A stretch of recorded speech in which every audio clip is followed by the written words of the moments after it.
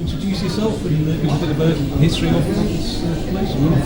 Yeah, my name is Joseph Kay. I started with the idea of opening a computer museum about 5 years ago, and fortunately we lost a couple of years because of COVID. And unfortunately this place had its issues, shall we say. But anyhow, we did a soft opening on January the 28th, which was for me to get an idea of what people actually wanted to see in the museum. But we actually had our grand opening on 3rd of June, and it was owned by Professor Steve Ferber, which, as you all know, used to work for Acorn in the early days. More important, one of the inventors of the ARM processor. But since we've been open, on the 28th of January, we've had around 2,500 people coming in. We deal with education, but what I'm trying to do in the museum is show the museum the computers from the past, i.e. from the 70s, to future technology as well. So basically it keeps the kids interested in what's going on. But one thing I've just noticed, since we've been open, is the amount of children, young people, who absolutely love old tech. I mean, obviously people like us love tech. Absolutely. But, youngsters are really enjoying it. I was saying that to a friend earlier on. A lot of the older kids will probably look at this and say, "What's this?" But if you get them young and get them to appreciate just the fun of it, then actually, it's quite funny because we do get groups of people like brownies, guides, schools. But there was a group who came in. They're basically between 10 and 14, and they're carers at home. And this organisation gives them like a respite, so they brought me up. And I went down and I met up with a few of them. I said, "Are you here for the museum?" And this girl, roughly about 13 or 14, she said, "Museum?" Oh, no, we go to a museum. Anyhow, she came to the entrance, she looked down into the main museum, and a smile just went from there to there. And at the end I said, "Now, did you like it?" She says, "Amazing, I'm coming back." But we've got an educational room, which we've got 10 BBC computers. Like I said, we've got machines from the 70s up to about 2000 to 2005, something like that. But we've also, like I was saying before, future tech as well. So we've got our own AI called Kelly.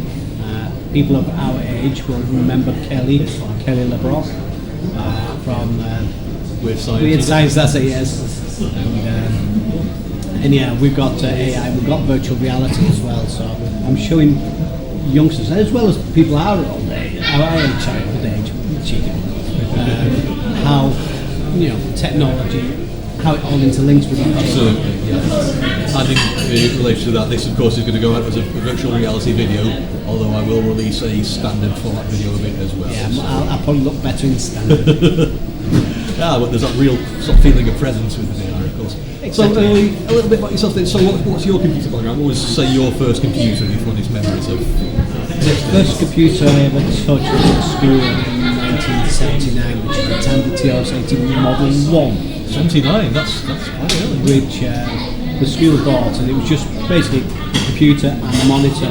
And I've got the same model over there. Yeah. I actually learned on that at college, but that was actually after I'd already been exposed to computers. My first was actually the Dragon 32. Oh yes. Well, the first I used was a Spectrum that I borrowed off a friend, and I got a Dragon 32, which, for all its quirks, I still love as a machine. And from that I graduated onto the Amstrad PCW and then onto the Amiga.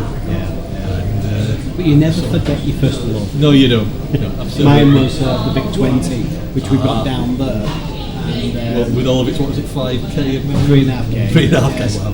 But basically, when I see it, yes, I still have warm fuzzy feelings about it, because it was your first computer. It's true. It's quite funny because I still played a lot of Amiga stuff through emulation on the PC. But also what I had on the Amiga was an emulator for the Dragon 32. So I played the Dragon 32 emulator on the Amiga emulator on the PC. And then I'm sure one day in the future I'll be using a PC emulator to play the Amiga to play the Dragon 32. Yeah. So, I must admit, I've always been a Commodore man, but my past career, I've been everything from a programmer to field engineer to salesman. And when I was a programmer, I remember I was in this office looking outside, sun shining, people were walking and talking, and I think people know me now and they know I love talking. So it was not my job.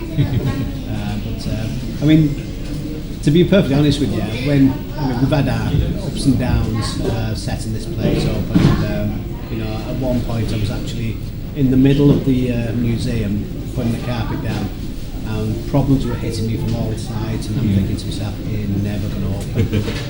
And you just hit the wall, don't you? Yeah. So anyhow, I hit the wall, went away for a couple of days, came back with determination that I was going to open it up.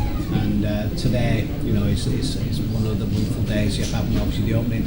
We've got Dave Pleasance here from Commodore, who's signing books and selling his merchandise. We've got the Yorkshire Amiga group in as well. They took over the educational room, so people are just going in and having a chat with them. So yeah, it's days like this which I really look forward to. Yeah, I thought really glad you did it. Got through the tough times. Well, yes. And tonight we're going to get rid of all the consoles. I'll pack up all the consoles because we're going to the Christmas lights switch on in Leigh. So we have to get there for 5 o'clock and then stay there till 10 o'clock. But we've actually, one of our volunteers, director now, Michael, he's our software engineer, and he's created Kelly. But we also set up so Kelly can actually design the t-shirt around what your plans are, if you like. So the consoles are going to be playable at the Switch on. Fantastic. I like that.